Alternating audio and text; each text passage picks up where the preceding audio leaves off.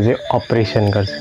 काम नलाग्ने हो, बिग्रिएको छ, तर यो मसिनले कसरी काम गर्छ भनेर चाहिँ भित्र के छ हेरौँ न त है त। सुरु गर्दै भिडियो। यो मसिन हामीसँग खोल्ने केही पनि छैन मार्तललाई।